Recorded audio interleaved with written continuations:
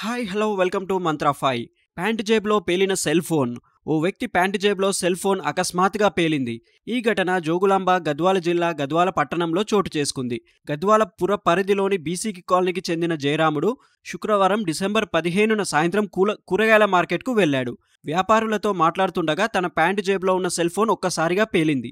వెంటనే అతడు అప్రమత్తం కావడంతో ఎలాంటి గాయం కాలేదు. సెల్ ఫోన్ భాగాలు చెల్లాచెదురుగా పడిపోగా ప్యాంటు జేబు సగం వరకు కాలిపోయింది. దీంతో బాధితుడు స్థానికులు ఆందోళనకు గురయ్యారు. సెల్ ఫోన్లు ఎందుకు పేలుతున్నాయి? ఫోన్లు పేలడానికి ప్రధాన కారణం అందులో ఉండే బ్యాటరీ.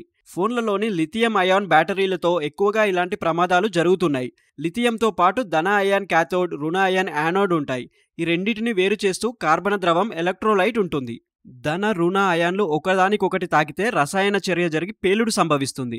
అందుకే రెండిటిని ఎలక్ట్రోలైట్లతో వేరు చేస్తారు. క్విక్ ఛార్జింగ్ పద్ధతిలో బ్యాటరీని ఛార్జింగ్ చేసేటప్పుడు అధిక వేడి ఉత్పత్తి అయి యానోడ్పై లిథియం పేరుకుపోతుంది. దానివల్ల షార్ట్ సర్క్యూట్ జరుగుతుందని నిపుణులు చెబుతున్నారు. బ్యాటరీలను ఒక నిర్దిష్ట వోల్టేజ్ విద్యుత్తో ఛార్జింగ్ చేసేలా తయారు చేస్తారు.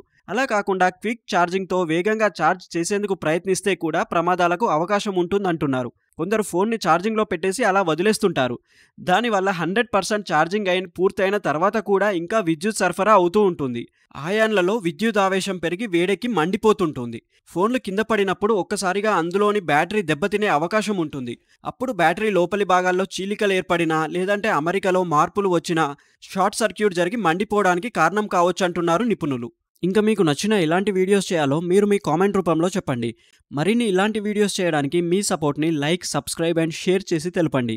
Thanks for watching.